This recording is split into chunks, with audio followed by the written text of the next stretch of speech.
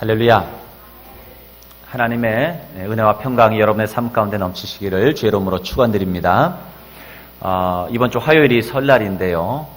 혹시 오늘 고향 방문하신 분들 계시면 잠깐 손을 한번 들어주시면 감사하겠습니다. 아니 다른 교회 다니시다가 지금 방문하신 분들. 네, 감사합니다. 우리 주의 이름으로 환영합니다. 우리 옆에 있는 분들하고 함께 인사 나누실 때에 주님 안에서 새해 복 많이 받으세요. 우리 그렇게 인사 나누시겠습니다. 주님 안에서 새해 복 많이 받으세요. 주님 안에서 새해 복 많이 받으시길 바랍니다. 여러분, 복은 누가 주십니까? 네, 하나님이 주십니다. 복은 하나님이 주시는 거예요. 하나님께서는 아브라함에게 너는 복이 될지라 그랬습니다. 여러분, 우리가 하나님 안에 있는 우리가 복인 줄로 믿습니다. 우리는 복받은 사람들이고 또한 복된 존재들입니다. 그래서 아브라함을 만나는 사람들이 복을 받았듯이 저와 여러분을 만나는 사람들이 하나님의 복을 받을 줄로 믿습니다. 여러분 만나는 모든 사람들에게 참된 복, 예수 그리스도를 증거하는 저와 여러분이 되시기를 주의 이름으로 축복합니다. 저는 명절이 되면 여러 가지 생각과 느낌을 갖습니다. 오늘 설날 어떤 말씀을 전할까 이렇게 기도하는데, 명절이라고 하는 것이 사실은 나를 돌아보는 성찰의 시간, 그런 때가 아닌가 생각이 들어요. 여러분 한 해 동안 열심히 일하시고 바쁘게 사시고 그야말로 삶의 전쟁터에서 살아남기 위해서 애쓰고 수고하며 그렇게 살아가시잖아요. 그러다가 명절이 되면 가족들을 만나게 돼요. 여유로운 시간이 조금 생기기도 하지요. 그리고 꼭 시간이 나서만이 아니라 가족들을 만나고 특별히 부모님을 만나고 온 형제 자매들이 만나면 살아온 이야기들을 이야기하게 되고 진솔한 자기의 삶의 이야기들이 그 속에서 나누어지게 됩니다. 그 대화 속에서 내가 지금까지 어떻게 살아왔나, 내가 부모님 보시기에 또한 가족들 보기에 내가 괜찮은 삶을 살았는가, 마음에 때로는 찔림도 있고 또 미안함도 있고 또 서운함도 있고 또한 기쁨도 있고 여러 가지 복합된 감정들을 느끼는 것이 이 명절의 때가 아닌가 그런 생각을 합니다. 요즘 경제적으로 어렵고 또 얼마나 바쁜 삶을 우리들이 다 살아갑니까? 그런데도 불구하고 또 이 귀성길 되면 얼마나 많은 사람들이 또 민족 대이동이 일어나요. 그래서 길은 막히고 몇 시간이 걸려서 부모님을 찾아뵈어야 되는데 그 힘든 길을 그 바쁜 시간에 모든 사람들이 그렇게 찾아간다는 거예요. 왜 그럴까요? 내 사랑하는 가족들, 내 사랑하는 부모님이 바로 거기에 계시기 때문이에요. 그래서 힘들고 어려워도 바빠도 그렇게 가족을 향해서 나아가게 됩니다. 가족이 우리 인생에서 차지하는 그 비중과 소중함이 너무나도 크기 때문입니다. 가족과 인생은 뗄래야 뗄 수 없는 관계라 할 수 있습니다. 가정에서 우리는 내가 누구인가, 그리고 내가 어떻게 행동해야 하는가를 배우게 돼요. 사회 시간에 여러분은 이것을 무슨 사회화다 이런 말로 우리가 배웠을 텐데, 그래요. 우리가 사회화가 첫째는 가정에서 일어나는 거예요. 나의 가치관, 인생관, 신앙관, 사람들과 관계 맺는 것, 삶의 습관들, 이 모든 것들이 어디서 형성되느냐? 바로 가정에서 형성되는 거예요. 그래서 가족이라고 하는 것은 나를 형성한 곳일 뿐만 아니라 어찌 보면 또 다른 나, 확장된 나라고 말할 수가 있습니다. 그리고 나의 든든한 배경이 되어주는 것이 바로 나의 가족이요, 가정입니다. 그렇기 때문에 명절이 되면 어떤 희생을 치르고서라도 바로 그 가족을 향해서 우리는 핸들을 잡고 달리게 되는 거예요. 설은 그래서 우리의 인생을 돌아보는 시간이 됩니다. 아무쪼록 가족들과의 만남 가운데에 여러분의 삶을 새롭게 성찰하고 하나님이 주시는 그 사랑과 은혜가 충만하시기를 주의 이름으로 축원드립니다. 우리 인생길에서 가족은 그토록 중요하고 또 힘이 되고 의지가 되는 것은 분명합니다. 그러나 때로 우리의 인생길에서 그토록 중요한 가족마저 힘이 되지 못할 때가 있습니다. 이런 우스운 이야기가 있습니다. 한 아저씨가 있었는데 이 아저씨는 어떤 힘든 일만 생기면 지갑 속에 있는 자기 아내의 사진을 꺼내서 보는 거예요. 뭐 신혼이다 그러면 좀 이해가 되잖아요. 그런데 신혼도 아니고 중년의 아저씨가 보통은 가족 사진을 가지고 다니고 뭐 자녀들 사진을 가지고 다니는데 아내 사진만 유독 가지고 다니면서 아내 사진을 특별히 힘들 때 꺼내서 그 아내 사진을 보는 거예요. 그래서 사람들이 야, 당신은 정말 부인을 사랑하시는 분이시군요. 어쩜 그렇게 힘들 때마다 그렇게 부인 사진을 꺼내서 보십니까? 이렇게 질문을 했답니다. 그러자 이 아저씨가 이렇게 말을 했답니다. 내가 힘들고 어려운 문제가 있을 때마다 내 아내 사진을 꺼내보면 이 세상에 이것보다 더 큰 어려움이 어디 있나, 더 큰 힘든 일이 어디 있나. 그래서 그 사진을 보면 어떤 일이라도 내가 다 이겨낼 수 있지요 라고 대답했다고 합니다.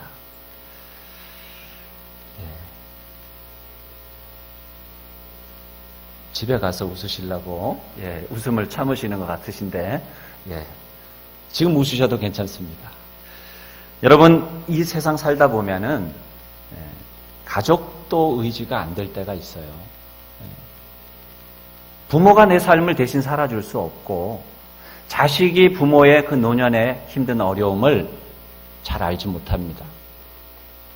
믿었던 사람에게 실망하고 배신을 당할 때도 있습니다. 그래서 인생길에서 무엇을 의지하고 사느냐가 참으로 중요합니다.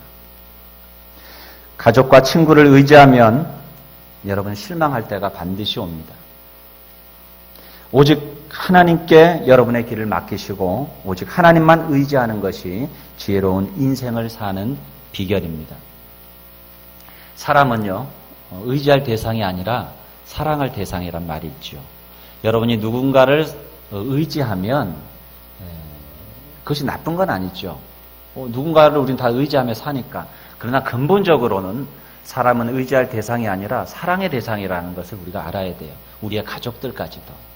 왜냐하면 다 연약함을 가지고 있는 사람들이고 삶의 문제와 또한 그러한 일들 속에서 우리는 상처를 주고 받을 수밖에 없는 사람들이기 때문에 그래요.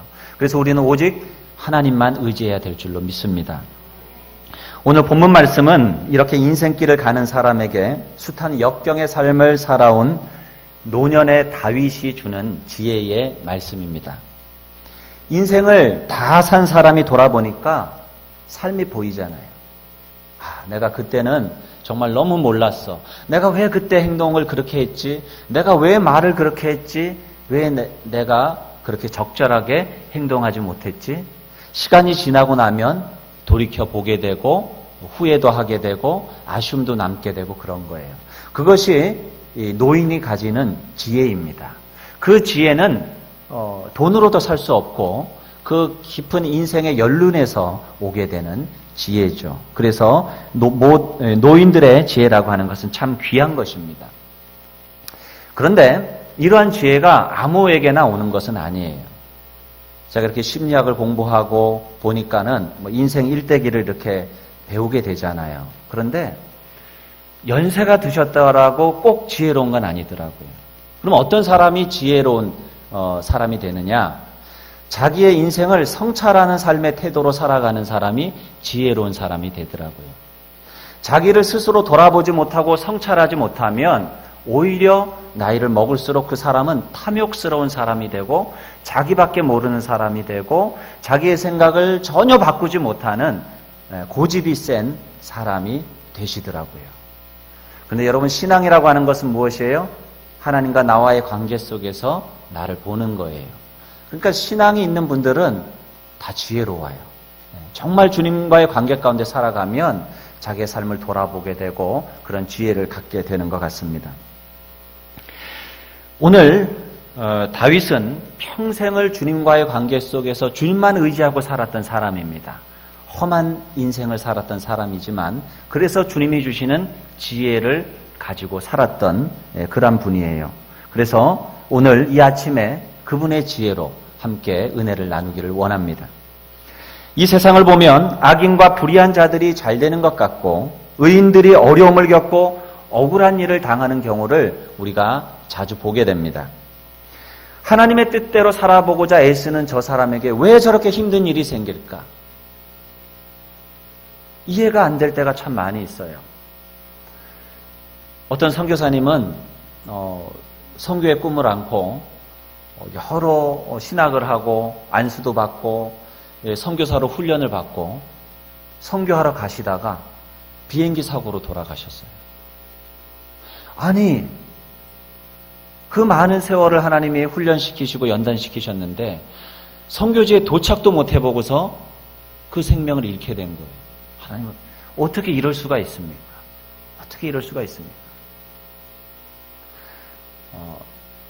제가 좋아하는 소설가 중에 박완서 씨가 있습니다.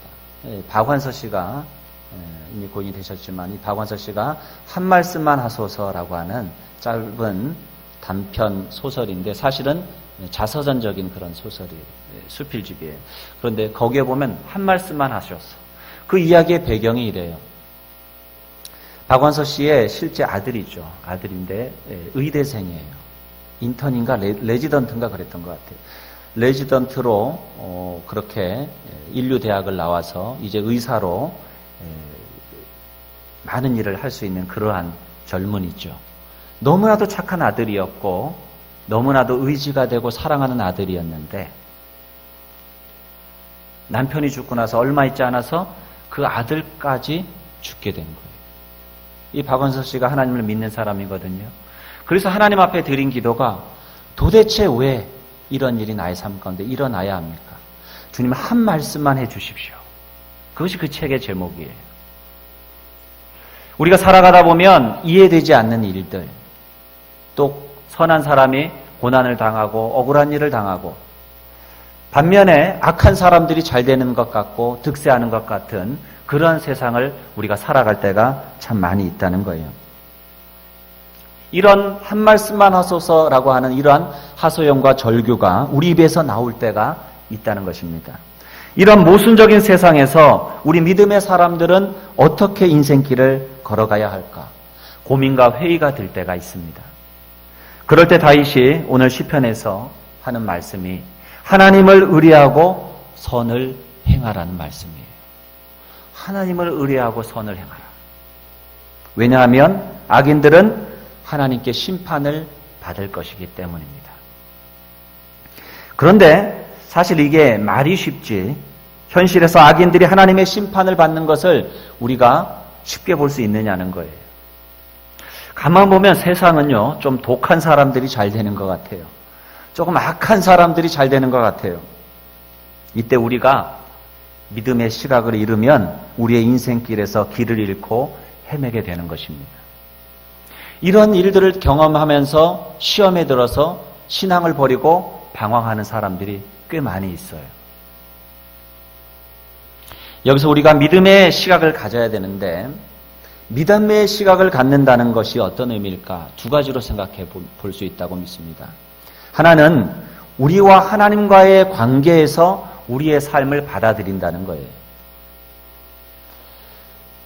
여러분 신앙의 본질은 하나님과 나와의 관계인 줄로 믿습니다. 하나님과 나와의 관계가 신앙의 본질에 속한 거예요. 그런데 사람들이 이것을 놓칠 때가 많아요. 그래서 사람을 바라보여요. 사람을 바라보니까 그 신앙이 흔들리게 되는 거예요. 환경을 바라보게 돼요. 그러니까 환경이 흔들리면 내 믿음도 흔들리는 거예요. 하나님과 나와의 관계 속에서의 모든 문제를 받아들이기 시작하면 이 문제들이 보이기 시작하고 풀리기 시작하는데 이 하나님과의 관계를 놓치니까 이 믿음의 시각을 놓치니까 우리는 인생길에서 길을 잃고 헤매게 되는 것입니다. 하나님과의 관계에서 바라보면 악인이 잘 되는 것도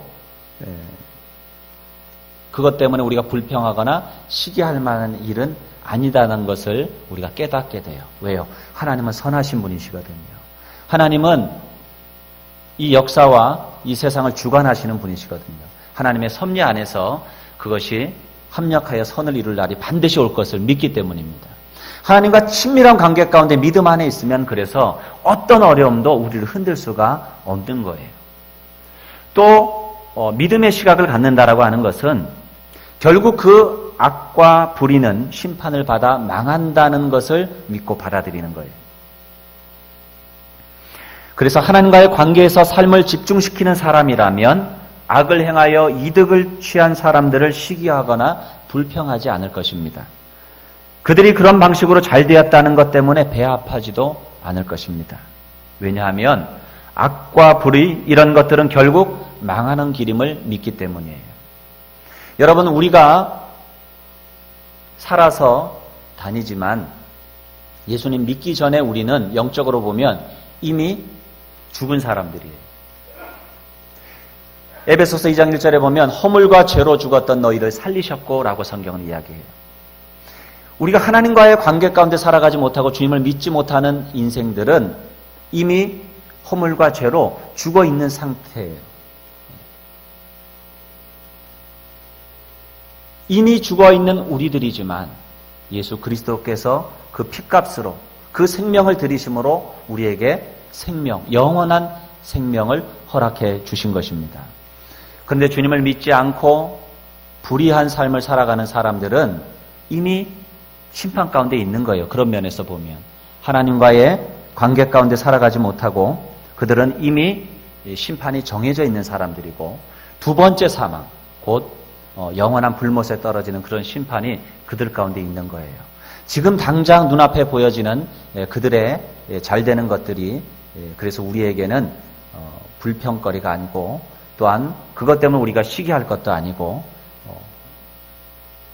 오히려 다른 면으로 보면 그들은 불쌍히 여겨야 될 그런 사람들인 줄로 믿습니다.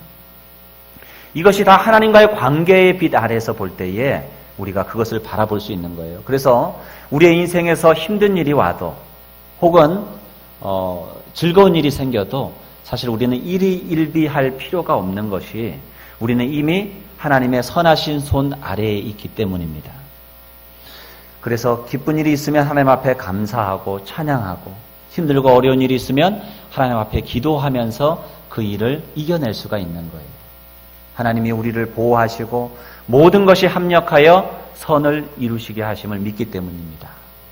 하나님을 사랑하는 자, 곧 그 뜻대로 부르심을 입은 자들에게는 모든 것이 합력하여 선을 이루느니라. 하나님 안에 있으면 그 선하심 하나님의 손 아래에 있으면 모든 것이 합력하여 선을 이루는 거예요.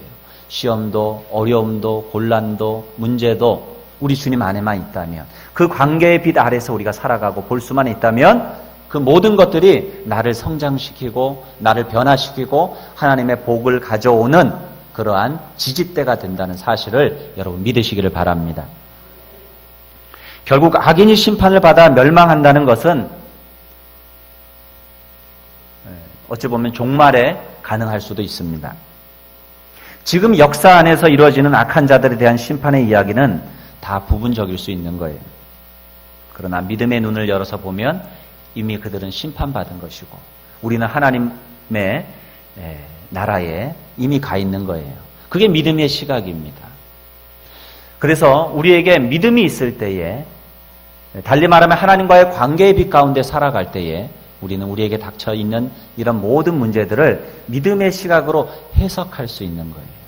여러분 꿈보다 해몽이란 말이 있지 않습니까? 네. 해몽이 중요한 거예요.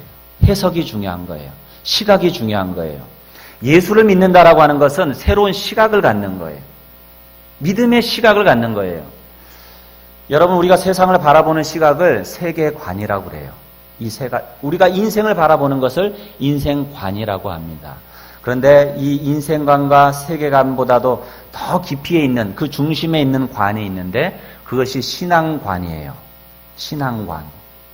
하나님이 계심을 믿는 여러 가지 신앙관들이 있죠. 그 중에서도 우리는 유일신관을 가지고 있는 거예요. 하나님만이 참 하나님이시라고 믿는 그 믿음의 시각을 가지고 우리는 살아갑니다. 하나님이 우리의 생사화복을 주관하시는 분이시라고 하는 믿음의 시각으로 우리는 살아가는 사람들입니다. 그렇기 때문에 우리의 현실 삶 속에서 어떤 것이 눈에 보이지 않아도 하나님이 말씀하시면 우리는 그것을 믿는 거예요. 그런데 이 신앙의 시각이요, 그냥 내 뜻대로 내 생각대로 믿는 게 아니에요. 하나님의 1.1획도 변하지 않는 성경 66권을 우리가 믿는 것입니다. 이 성경이 우리 믿음의 근거가 되는 거예요. 하나님이 말씀하셨기 때문에, 약속하셨기 때문에 우리는 믿고 바라고 그 믿음의 시각으로 행동하는 거예요. 그게 신앙생활입니다. 그렇기 때문에 신앙생활하는 사람들은 이 성경 66권의 말씀을 나에게 주시는 하나님의 말씀으로 믿고 받아들여야 하고요. 그래야 참된 신앙생활을 할 수가 있는 것입니다. 그래서 이 책은요, 이 책을 통해서 하나님이 주시는 약속이 나에게 주시는 약속으로 믿어질 때에 우리의 신앙은 재미가 있기 시작한 거예요. 여러분, 성경은 구약과 신약으로 되어 있죠. 구약 39권, 신약 27권, 전체가 66권인데요. 구약이라고 하는 또는 신약이라고 하는 말 가운데 이 약이라고 하는 뜻이 무슨 약자입니까? 언약할 때 쓰는 약이에요. 약속이라고 하는 뜻이에요. 구약은 옛날 약속이고요. 신약은 새로운 약속입니다. 옛날 약속의 내용은 무엇이에요? 그 핵심은 메시아를, 구원자를 주님께서 보내주시겠다는 약속이고요. 신약은 그 메시아가 오셨어요. 오신 메시아, 예수 그리스도, 그리고 그분이 부활 승천하시고 다시 오실 것이라고 하는 오실 메시아에 대한 내용이 신약입니다. 이 말씀이 이루어지기 위해서 하나님은 수많은 예언자들을 세우셨고 그들을 통해서 예언하셨고 그 예언, 그 약속의 말씀대로 예수 그리스도가 베들레헴의 다윗의 자손으로 마리아의 몸에 동정녀의 몸 가운데에 성령으로 잉태되어 오신 것이에요. 그리고 그 약속대로 나사렛에서 성장하시고 그 약속대로 공생애를 사시고 십자가에 우리의 모든 죄를 담당하시고 죽으셨습니다. 그리고 그 약속대로 부활 승천하셨습니다. 그리고 그 주님은 다시 오시마 약속하셨습니다. 우리는 그 약속 안에 살아가는 약속의 백성들인 것입니다. 이 약속의 말씀이 바로 나에게 주신 말씀이에요. 아브라함의 하나님, 이삭의 하나님, 야곱의 하나님은 바로 나의 하나님이신 줄로 믿으시길 바랍니다. 그래서 우리는 이미 손에 무엇을 딱 잡았기 때문에 믿는 것이 아니라 약속으로 믿는 거예요. 이루어진 것을 믿을 필요가 뭐가 있어요? 믿음이라고 하는 것은 이루어지지 않았기 때문에 믿는 거예요. 그렇지만 약속이기 때문에 반드시 이루어질 것을 믿는 거예요.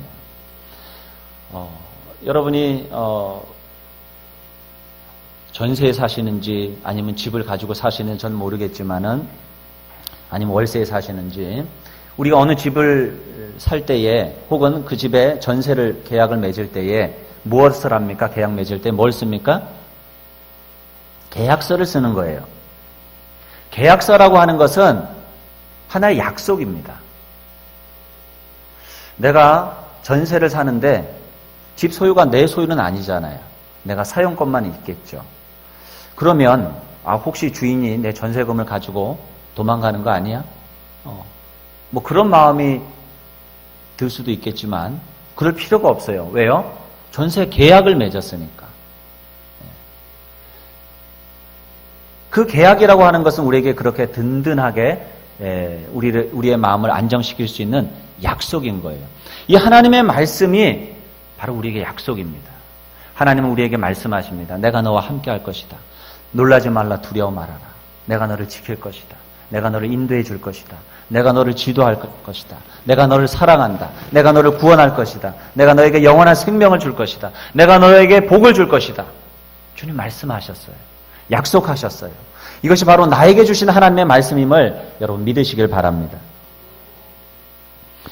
우리 신앙에서 성경을 하나님의 말씀으로 믿는 것은 가장 기본적이고 중요한 것입니다. 우리가 신앙생활을 한다는 것은 이런 하나님의 약속의 말씀들을 우리의 삶의 길에서 현실로 끌어들이는 거예요. 이게 신앙생활이에요. 단순히 나의 바람을 아뢰는 것이 아니에요. 내가 하나님과의 관계 속에서 하나님의 뜻을 분별하고, 무엇으로 분별하겠어요? 하나님의 약속의 말씀으로 분별하는 거예요.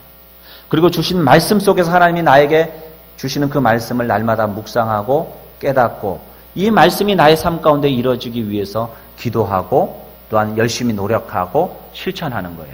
그럴 때 하나님이 우리에게 주셨던 그 비전, 하나님이 우리에게 주셨던 그 약속이 나의 삶 가운데 현실이 되는 거예요. 그럴 때 우리는 살아계신 하나님을 느끼고 살아계신 하나님을 체험하는 거예요. 여러분, 이것이 신앙생활하는 재미인 줄로 믿습니다. 저는 우리 한우리교회 모든 성도님들이 살아계신 하나님을 경험하는 신앙생활의 재미가 날마다 넘치시기를 주의 이름으로 축복합니다. 오늘 귀성길을 가는 여러분, 그리고 인생길을 가는 여러분들에게 시편 기자가 본문의 말씀을 통해서 주는 신앙의 지혜는 내 길을 여호와께 맡기라는 것입니다. 저를 한번 따라합니다. 내 길을 여호와께 맡기라.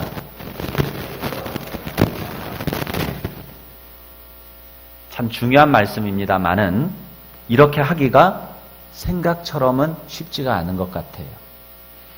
말로는 우리가 하나님께 맡긴다고 얘기하지만 나의 방법과 또한 나의 계획, 그리고 나서 그것 때문에 염려하고 근심하는 그런 삶을 살고, 또한 그것 때문에 우리는 바쁜 삶을 살아갑니다.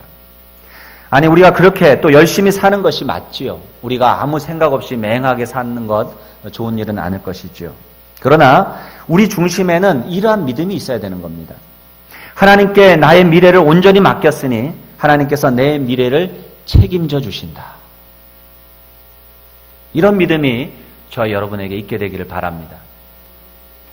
맡길 때에 하나님이 책임져 주신다라고 하는 것을 믿을 때에 우리에게 참 평안이 임하는 것입니다. 그렇게 되면은 좀 어려움이 오면 오는 대로, 좋은 일이 있으면 그것대로 우리가 뚝심 있게 살아갈 수 있어요. 그것이 절대적으로 내 삶을 결정해 버리도록 하지는 않게 되는 거예요. 어렵다고 해서 절망하지 않고 좋은 일이 있다고 들뜨지도 않고요. 그냥 평상심으로 우리의 길을 걸어갈 수 있어요. 왜? 하나님이 인도해 주시니까. 하나님이 역사하시니까. 하나님께 우리의 삶을 온전히 맡길 때 이런 일들이 가능한 것입니다. 왜 여러분의 마음속에 평강을 잃어버리셨습니까? 왜 불안하고 두려워하십니까? 왜 인생길에서 방황하십니까? 하나님께 여러분의 길을 맡기지 않았기 때문입니다. 내 길을 여호와께 맡기라. 내 길을 여호와께 맡기라. 우리가 맡겨야 될 내 길이라고 하는 것은 무엇입니까? 어떤 길을 말하는 겁니까? 그것은 첫째는 하루하루의 삶을 의미합니다. 내일 일은 난 몰라요. 하루하루 살아요. 불행이나 요행함도 내 뜻대로 못해요. 험한 이 길 가고 가도 끝은 없고 고네요. 주님 예수 팔레미사 내 손 잡아 주소서. 내일 일은 난 몰라요. 장래일도 몰라요. 아버지여 날 붙드사 평안한 길 주옵소서. 아멘.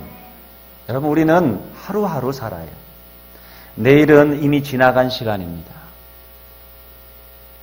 어제죠. 어제는 이미 지나간 시간입니다. 그리고 내일은 아직 오지 않은 시간이에요. 사람은 실존적으로 오늘밖에 없어요. Here and now, 지금 여기밖에 없는 거예요.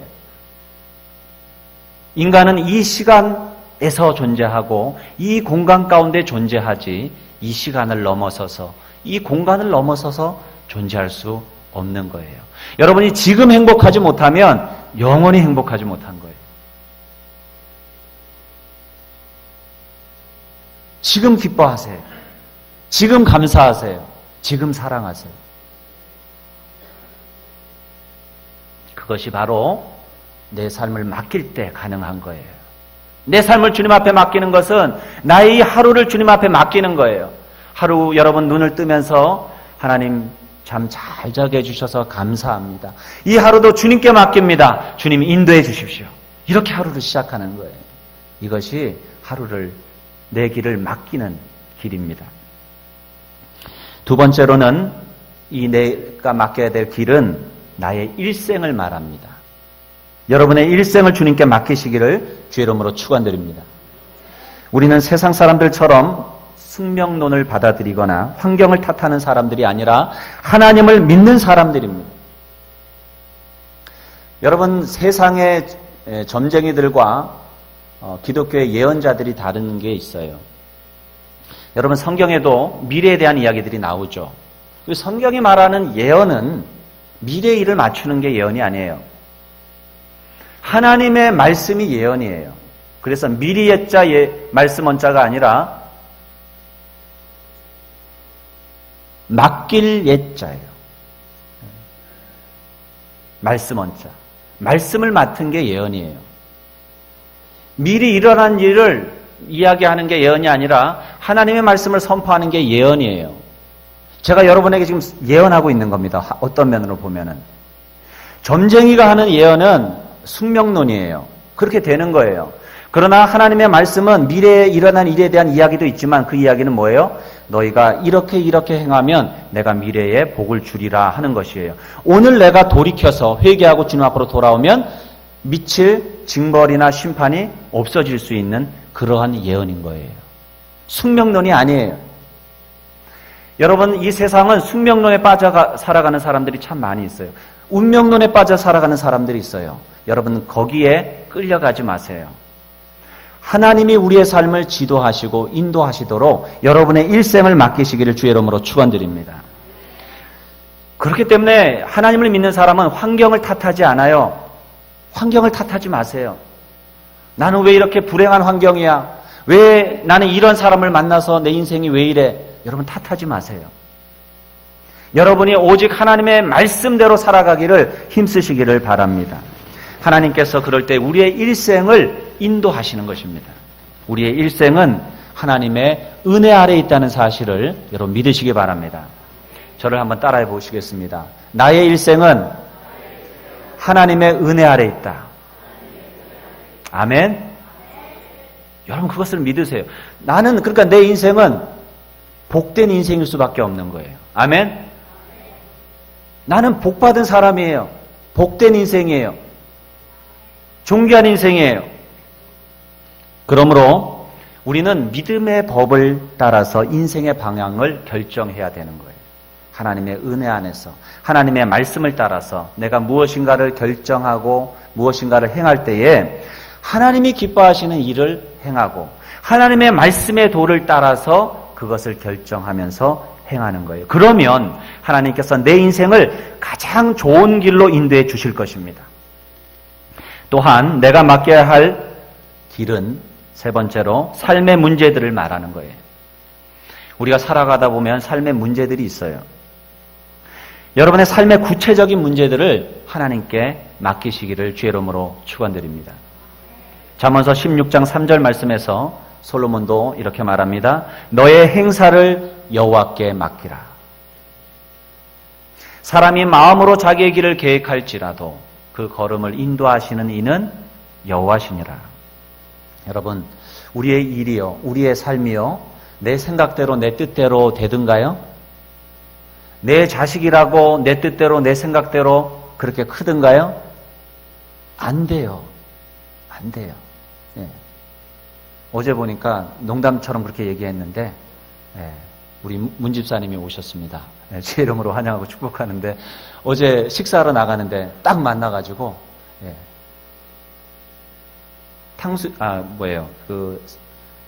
간단하게 식사하러 갔다가 우리 집사님 딱 만나면서 밥 먹는 그 메뉴도 바뀌더라고요. 내 뜻대로 되는 게 없어요. 내 뜻대로 되는 게 조그만 거 하나도 없더라고요. 하나님의 뜻 안에서 이루어져요. 사람들과의 만남 속에서, 사람들과의 관계 속에서, 환경 속에서 나의 계획들이 수시로 바뀌고 변화되더란 말입니다. 그래서 여러분 여러 가지 일들을 만날 때 주님 앞에 맡기셔야 돼요. 사소한 것 하나라도 우리 주님께서 이것을 들어주실까? 아니에요. 주님은 우리의 세미한 음성에도 귀 기울이시는 분이심을 여러분 믿으시기 바랍니다. 제가 미국에서 있을 때에 교회를 개척해서 6년 반을 섬겼어요. 그때 참 힘들 때가 있었어요. 집에 김치가 똑 떨어졌는데 한국은 어디 가도 김치가 있지만 미국은 조금 사정이 다르죠. 그리고 조금 더 비싸겠죠. 근데 이 김치를 누가 시장하신가 봅니다. 김치를 사야 되는데 문제는 돈이 없는 거예요. 그런데 새벽 예배 나가서 제가 푸념하듯이 하나님 앞에 그렇게 기도를 했어요. 하나님, 우리 집에 김치가 없네요. 여기서는 일도 아니겠지만 좀 다른 상황이니까 이해하고 들으십시오. 그냥 넋두리처럼 그렇게 제가 기도를 했어요. 그런데 그날 오전에 전화가 오는 거예요. 한 권사님이 전화가 오셨는데 저희 교회 권사님도 아니고 다른 교회 권사님이에요. 목사님, 제가 저희 교회 바자회가 있었는데 새벽 기도 나오시는 분이었어요. 저희 교회. 김치를 좀 드리고 싶어서 제가 목사님 드리고 싶은데 한번 만나시죠. 그렇게 전화가 오시더라고요. 그래서 그날 밥도 사주시고 김치도 주시고. 여러분 개척교회를 하다 보니까 그런 것들을 많이 경험했어요. 정말 사소한 것 하나하나까지라도 하나님의 말씀에 순종해서 무엇인가를 우리가 행할 때에 하나님이 챙기시는구나. 그것을 경험하게 됐어요. 여러분 이것이 신앙생활하는 재미예요. 여러분이 하나님의 약속의 말씀을 붙들고 그 길로 나아가시면 하나님이 책임져 주신다는 사실을 믿으시기 바랍니다. 정말 사소한 문제까지라도 여러분 맡기세요. 하나님이 풍성히 채워주시고 인도하심을 믿으시기 바라고 체험하시길 바랍니다. 하나님께 맡긴다는 것은 여러분의 모든 염려와 죄짐과 삶의 문제를 주님께 내려놓는 것이에요. 베드로전서 5장 7절에 너희 염려를 다 주께 맡겨버리라.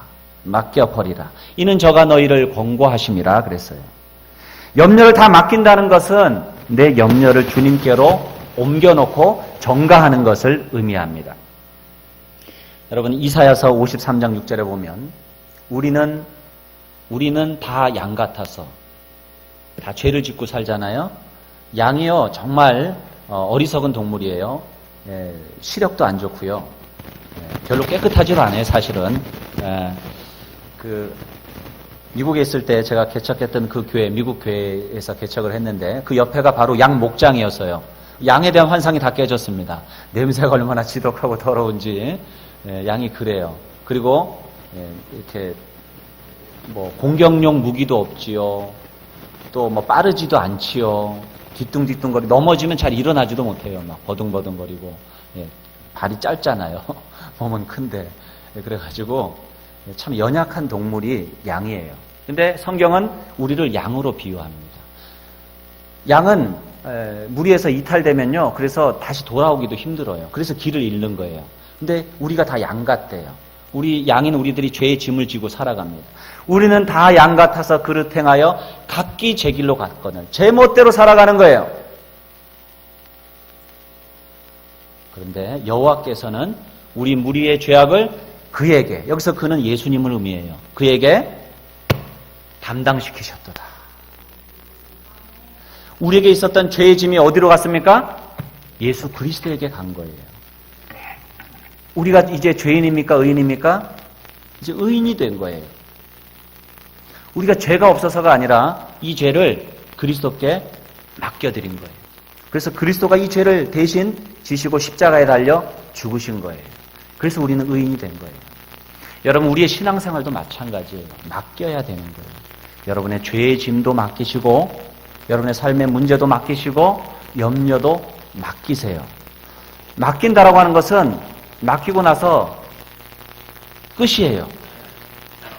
여러분, 예수 믿고 구원받았는데, 회개하고 구원받았는데, 날마다 그저 회개하고 계십니까, 여전히? 그렇다면 여러분, 그것은 잘못된 것이에요. 주님께 회개하고 맡겨드렸으면 주님이 그 죄 십자가에서 담당해 주신 거예요. 새로 지은 죄에 대해서 여러분이 주님 앞에 회개할 수 있겠지만 과거의 죄를 회개했다면 더 이상 회개할 필요가 없어요. 주님이 그 죄의 문제를 담당하셨기 때문에. 물론 사람과의 관계에서 풀어야 될 것은 풀어야죠. 예를 들어서 누구한테 빚을 졌어요. 그래놓고 도망쳤어요. 죄를 지은 거죠. 그러면 회개해야 되죠. 그러면 하나님 앞에 회개는 했지만 사람과의 문제는 해결해야 될 부분이 있습니까? 없습니까? 있어요. 온전한 회개는 그것까지도 포함하겠지만은 근본적으로 주님 앞에 맡겨드리는 거예요. 옛날에 전후에 우리나라에 차가 별로 없을 때에 선교사님이 찝차를 타고서 시골길을 가셨답니다. 그런데 장을 5일장이 서서 어느 할머니가 장을 보시고 장을 잔뜩 봐서 머리에다가 그냥 짐을 지고서 낑낑거리면서 걸어가시는 거예요. 그 먼 길을, 비포장길을. 마침 선교사님이 지나치다가 그 할머니를 발견하고 차를 세웁니다. 할머니 타세요. 제가 모셔다 드릴게요. 어디까지 가세요? 제가 모셔다 드리겠습니다. 그래서 차를 타고 가는데 뒷좌석에 할머니가 앉으셨어요. 선교사님 운전을 하시는데 뒤에서 좀 신음소리 같은 소리가 나는 거예요. 막 힘들어하는 그런 소리가 나서 뒤를 딱 쳐다봤더니 이 할머니가 아직도 그 짐을 머리에 지고서 막 흔들리니까 이거 안 넘어지려고 막 애쓰고 힘쓰고 있는 거예요. 막 낑낑거리면서. 얼마나 힘드시겠어요. 예. 그러니까 선교사가 깜짝 놀라갖고 할머니 왜 그 짐을 안 내려놓고 그렇게 힘들게 지고 계십니까? 그랬더니 할머니가 아이고 내 몸을 태워준 것만 해도 감사한데 이거 어떻게 짐까지 내려놔요? 그렇게 얘기했단 말이에요. 여러분 그 몸을 실어줬으면 그 짐까지 실어준 거예요. 그렇죠? 네. 여러분 구원하셨고 주님이 담당하셨으면 여러분의 삶의 짐까지도 다 담당하신 줄로 믿으시기 바랍니다. 맡기세요. 내려놓으세요. 네. 십자가 앞에 내려놓으세요. 주님께 모든 것을 맡기고 의지하면 5절에 주님이 이루어 주신다라고 말씀하셨어요. 하나님은 우리의 아버지가 되셔서 우리를 도와주십니다. 잠언서 3장 5절로 6절에 너희 마음을 다하여 여호와를 의뢰하고 내 명철을 의지하지 말라. 너는 범사의 그를 인정하라. 그리하면 내 길을 지도하시리라. 여러분의 인생길이 힘들고 어려운 이 길이 사실은 어른들만 힘든 것이 아니라 아이들도 힘들어요. 아이들만 힘든 것이 아니라 노인들도 힘들어요. 우리는 다 인생에서 초보자들입니다. 어린이는 어린이대로 초보자요. 노인은 노인대로 인생의 초보자인 거예요.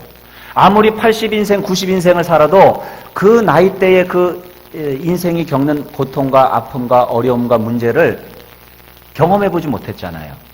처음 겪는 거예요. 그래서 몰라요. 그렇겠거니 생각하는 거죠. 어느 TV 프로그램에 보니까 그 노년의 삶을 체험하는 그런 게 있더라고요. 그런데 젊은이들이 노인의 삶을 경험해 보라고 하는데 안경 막 시력 막 안 좋게 하는 그런 안경 이렇게 쓰고 헬멧도 쓰고요. 이 몸에 한 20kg 되는 장구들로 막 이렇게 두르고 발에다가 모래 주머니 막 다 해가지고 그러고 걸어보게 하는 거예요. 그러니까 이 어깨도 제대로 못 피는 거예요. 막 이렇게 눌려가지고 그래서 한 걸음 한 걸음 걸어 다니는 거예요. 아이고 이렇게 하고 어떻게 다녀? 그런데 그것이 뭐예요? 노인들이 평상시에 걸어 다니는 고통인 거예요. 젊은이들이 죽었다 깨어나도 그 고통을 모르는 거예요. 노인이 돼봐야 아는 거예요. 무릎이 아프다, 온 만신이 다 쑤신다, 뭐 어르신들 그런 얘기들 하시잖아요. 그거를 당해봐야 알죠. 어떻게 알아요? 젊은이들이. 모르는 거예요. 노인들도 나름대로 인생에서의 초보자인 거예요. 그걸 몰라요. 우리가 그렇기 때문에 인생에서 우리는 다 시행착오를 거치게 돼요. 처음 가는 길이기 때문에 그래요. 그 경험을 해본 사람이 내가 해보지 않았기 때문에 모르는 거예요. 그런데 우리가 주님 앞에 나의 길을 맡기면 어떻게 하신다고요? 주님께서 내 길을 지도해 주신다고 그러잖아요. 주님이 우리의 가이드가 되셔서 나의 인생길을 가장 좋은 길로, 가장 선한 길로 인도하신다는 사실을 여러분 믿으시길 바랍니다. 주님을 의지하고 주님의 지도를 받는 저와 여러분 되기를 바랍니다. 그러면 주님께서 여러분의 인생의 최고, 최선의 길을 허락하십니다. 여러분이 기도하는 그 일을 반드시 이루실 것입니다. 또한 주님께 모든 것을 맡기고 의지하면 6절에 여러분의 의를 빛같이 나타내시며 여러분의 공의를 정오의 빛같이 하신다라고 말씀하셨어요. 여러분 여기서 의와 공의는 법정 용어로서 무죄를 의미해요. 죄가 없다는 의미예요. 로마서 1장 17절에 보면 의인은 무엇으로 산다고요? 믿음으로 말미암아 살리라 그랬어요. 여러분 누가 의인인 줄 아십니까? 죄가 없는 사람이 법정에서는 의인이에요. 법정 용어들은 좀 차이가 있는데 고의로 행하면 악의가 되고 고의가 아니고 행하는 것은 선의가 돼요. 이 의인이라고 하는 용어도 법정 용어로서 죄가 없는 것이 의인이에요. 의와 공의, 하나님께 우리께 맡길 때 하나님께서 우리가 억울한 일을 당하잖아요. 내가 죄인처럼 취급받기도 해요. 정말 화가 나죠. 정말 화가 나잖아요. 내가 짓지 않은 죄를 지은 것처럼 사람들이 이야기한다고 그러면. 그런데 주님 앞에 맡기면 우리 주님께서 그 억울함을 풀어주신다는 거예요. 정오의 해가 뜨면 모든 그림자들이 사라져요. 그런 것처럼 어둠과 근심의 그늘이 사라지게 하신다는 사실을 믿으시기 바랍니다. 어떻게 하면? 주님 앞에 나의 길을 맡기면. 여러분 억울한 일을 당하셨습니까? 인생길에 어둠과 근심의 그늘이 들이우셨습니까? 사람에게로부터 여러분 위로받으려고 하지 마시고 주님께 맡기시기를 바랍니다. 주님은 반드시 여러분의 길을 인도하시고 여러분의 도움이 되실 것입니다. 우리 기도하겠습니다. 우리 시간에 함께 결단하며 기도합니다. 우리가 살아가는 이 인생길 속에서 나의 길을 온전히 주님 앞에 맡기기를 원합니다. 하루하루의 삶을 맡기고 나의 일생을 맡기고 나의 삶의 문제들, 구체적인 문제들, 나의 염려와 나의 죄짐까지도 나의 연약의 짐까지도 우리 주님께 맡겨드립니다. 주님 이것을 위해서 십자가를 지셨습니다. 그 사랑의 십자가 앞에 나의 삶을 맡깁니다. 명절 나의 인생을 돌아보는 시간입니다. 내가 누구이고 내가 어떻게 살아왔고 어떻게 살아가야 하는가를 묻는 시간입니다. 가족들을 만나며 우리가 어떻게 살아왔는지 이야기를 나누는 시간입니다. 하나님, 내가 주님 앞에 맡기겠습니다. 내 뜻대로 내 생각대로 살아보려고 하다가 내가 넘어지고 실수하고 죄를 지었습니다. 그러나 이제 주님 앞에 맡기겠습니다. 주님 담당하여 주시옵소서. 우리 간절한 마음으로 주님 앞에 조용한 목소리로 기도하며 나아갑니다.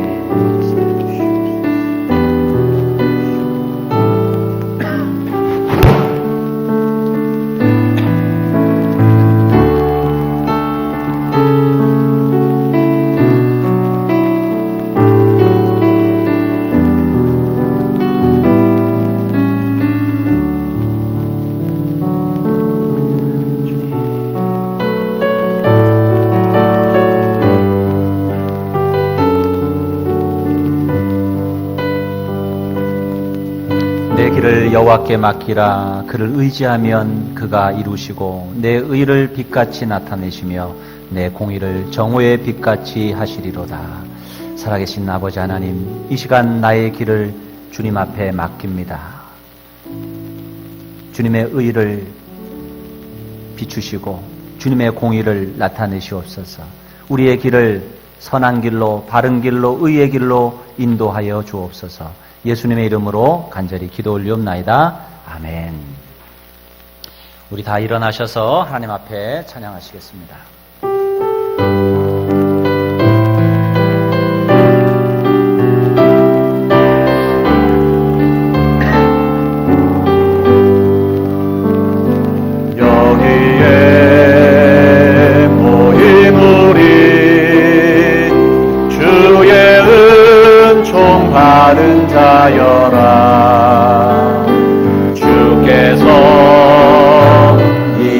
자리에 함께 계심을 아노라. 언제나 주님만을 찬양하며 따라가리니 시험을 당할 때도 함께 계심을 믿노라. 이 믿음 더욱더세라.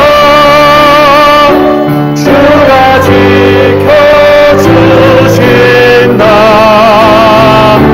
어두운 밤에도 주의 밝은 빛 인도하여 주신다. 주님이 뜻하시는 주님이 뜻하시니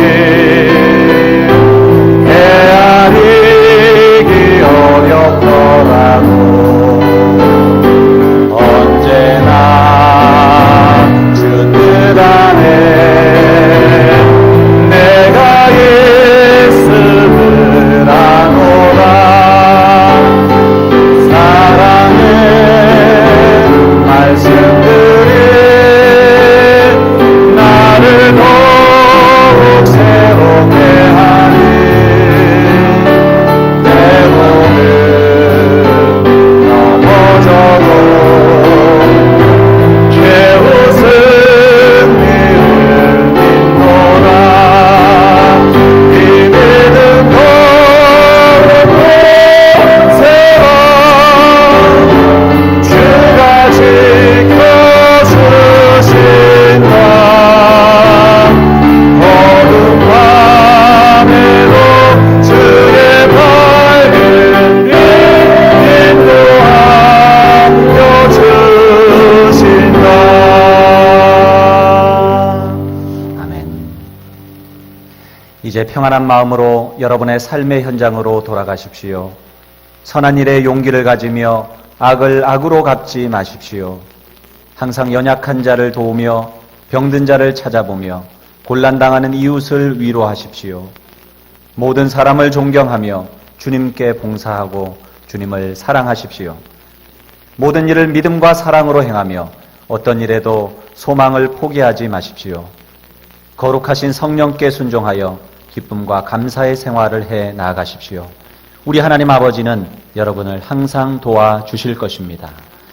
이제는 우리 주 예수 그리스도의 그 크신 은혜와 하나님의 무한하신 사랑과 성령의 감화 감동 충만하신 은총이 나의 길을 하나님 앞에 맡기고 온전히 주님의 인도하심을 받기로 작정하고 결단하는 여기 머리 숙인 사랑하는 성도들 머리마다 저희들의 가정과 직장과 사업과 학업과 그리고 우리 한우리 공동체 위에 그리고 우리 성도들이 오늘 만나게 될 모든 가족들을 심령 위에 이제로부터 영원토록 함께 하시기를 간절히 축원하옵나이다. 아멘.